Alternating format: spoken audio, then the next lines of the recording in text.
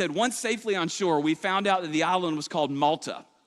The islanders, and what's interesting is the Greek word that gets translated islanders, that's a little PC. The Greek word is actually barbaroi. It's the word from which we get the word from the English word barbarians. So the barbarians, they showed us unusual kindness. Now here's what's interesting. It says unusual kindness because typically when somebody like shipwrecked on an island like that, they would either torture them or turn them into slaves. So the Apostle Paul's like, they showed us unusual kindness. Now I want you to see where this was happening. Just get a little picture. I'm a visual guy. So Paul's coming from over here. This is Jerusalem. This is where he just was doing all this stuff.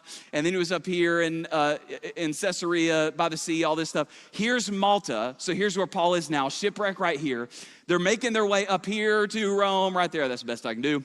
Now, this is what it says. It says, Paul gathered a pile of brushwood, and as he put it on the fire, so they're making a fire there, a viper, there you go, driven out by the heat, it fastened itself on his hand. And when the islanders saw the snake hanging from his hand, they said to each other, this man must be a murderer, for though he escaped, it says, from the sea, the goddess Justice has not allowed him to live.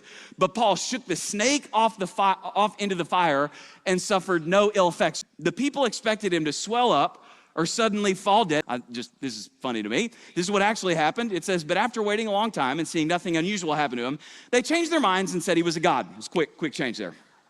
The Apostle Paul gets taken to a guy he was the chief of Malta. His name was Publius. If you were looking for baby names, Publius is available. They take him to this guy named Publius. Publius's dad is sick with a life-threatening illness, and watch what happens right here. His father was sick in bed, suffering from fever and dysentery. Paul went in to see him, and after prayer, placed his hands on him, and here's what it says, he healed him. When this had happened, the rest of the sick on the island came and they were cured. Now, side note, I just want to say this. I am not a faith healer, but I am a Bible believer. And what the Bible says is that God is going to heal every Christian in one of three ways. He'll either heal you immediately through miracle, gradually through medicine, or eventually in glory. But listen, he still does number one. And we know that because Jesus Christ is the same yesterday, today, and forever. And what he did then, he still does now. So Paul heals this guy.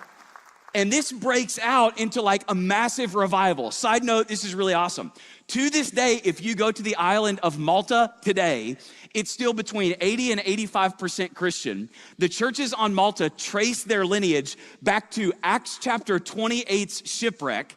And every year on that island on February 10th, they, to this day on that island, celebrate the shipwreck of St. Paul Day when all the Christians on the island remember the gospel touching down on Malta.